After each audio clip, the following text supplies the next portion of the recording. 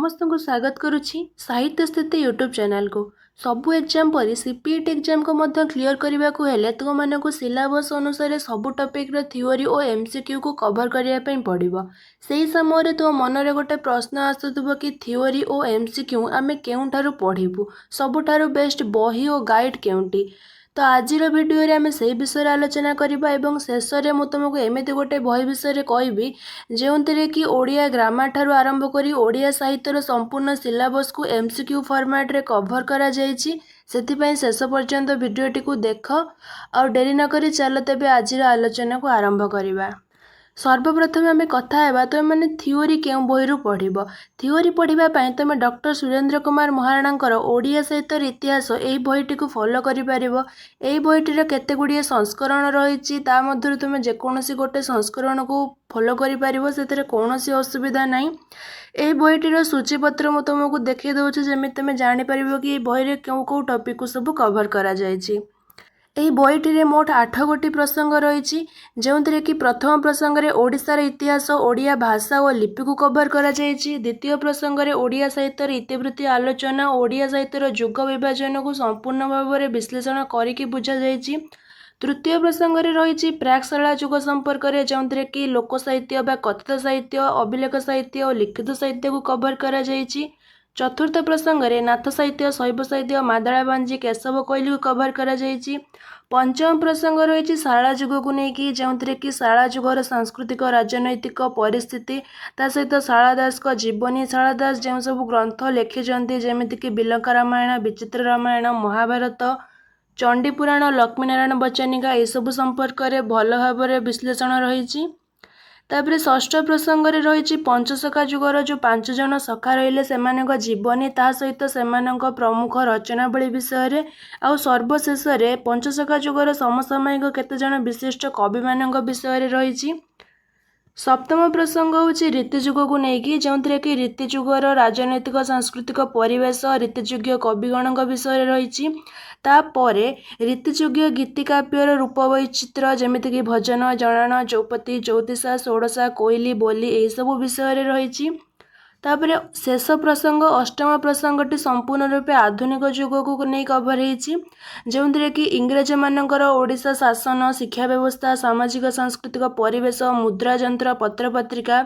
नौक दुर्भिक्ष ओडिया भाषा विलोप चक्रांत से सब विषय रही। तापर प्राक स्वाधीनता कालीन साहित्य रे नवचेतनार साहित्य सत्यवादी साहित्य सबुज साहित्य प्रगतिवादी साहित्य एहीपरी 4टी पार्ट रे डिवाइड करा जाए कि स्वाधीनता पूर्ववर्ती साहित्य को कवर करा जायछि। स्वाधीनता परवर्ती साहित्य रे रही प्रबंध साहित्य समालोचना साहित्य गल्प साहित्य उपन्यास साहित्य ता सहित नाटक शिशु साहित्य भ्रमण साहित्य पद्य साहित्य भी। तेबे सूचीपत्र देखि तुम जापर कि बहीटी ओडिया साहित्यर संपूर्ण इतिहास 5टी जुग को कवर करा जायछि। एही बहीटा व्यतीत तुम जदि चाहिए डॉक्टर वेणुधर पाढ़ींकर ओडिया साहित्यर इतिहास ये बहीटी को मध्य फॉलो करिपारिबो किंतु या ठारू मु कहबी कि सुरेंद्र कुमार महाराणकर से बहीटा ही भल। तापर ओडिया ग्रामर थ्योरी पढ़ापी तुम व्यावहारिक ओडिया व्याकरण नहले सारस्वत व्यावहारिक ओडिया व्याकरण यही 2टी बही की फॉलो करिपारिबो किंतु मो मतरे तुम +3 सेमिस्टर रे ओडिया ग्रामर तुम जो बही पढ़ी सेटा ही सीपीटी एग्जाम बेस्ट हम कारण यही बही रे किछिटा एक्स्ट्रा टॉपिक रही किंतु जदि तुम यही बही की एबे किणुच तेबे आगामी जीवन में निहाती तुमको भाव में साहाय्य करिवो।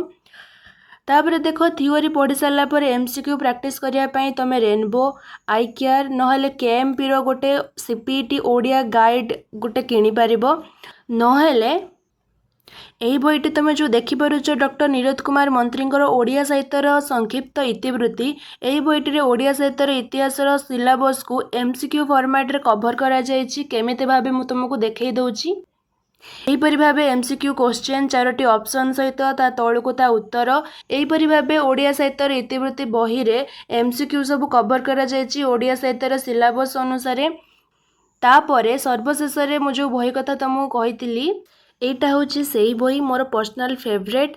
एथिरे मध्य ओडिया साहित्यर संक्षिप्त इतिवृत्ति परीक्षा एमसीक्यू फॉर्मेट रे कवर करा जायछि किंतु एटा को पर्सनल फेवरेट कहबार कारण तुम यार सूचीपत्र देखिले ही जानि परिबो।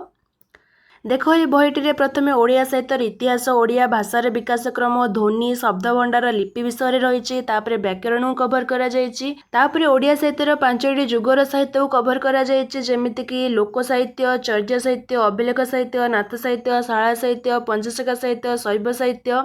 तापर प्राकृति साहित्य रीति साहित्य एथरे भजन जनाण चौतीसा चौपदी कोइली विषय रही तापरे ओडिया पुराण साहित्य श्री जगन्नाथ संस्कृति गल्प उपन्यास नाटक एकांकिका रम्य रचना समालोचना शिशु साहित्य जीवनी साहित्य भ्रमण साहित्य अनुवाद साहित्य ओडिया पत्र पत्रिका साहित्य साहित्य तत्व प्राच्य पाश्चात्य तत्व जो कि तुम क्लासिसिज्म रोमांटिसिज्म चित्रकल्पवाद प्रतीकवाद यही सब कभर कर गवेषणा विधि ओडिया अभिधान तापरे संभाव्य केतोटी प्रश्न उत्तर तुम प्रैक्टिस देछि तापरे सबुठारु ए बहिर इंपोर्टेंट टॉपिक होउची जोटा कि तुम कौन सी बहिर भी पाइबनी ओडिया साहित्य प्रथम माने ओडिया साहित्य प्रथम गल्प ओडिया साहित्य प्रथम पत्रिका यह सब विषय रही तापरे साहित्यिक मान छद्म नाम तुम मैंने जानिथिबो साहित्यिक माने निजर प्रकृत नाम को लुचेकी छद्म नाम रचना सब करि थांती तो कौ साहित्यिकर कौ छद्म नाम से विषय रही तापरे विभिन्न उपाधि जेमिति कि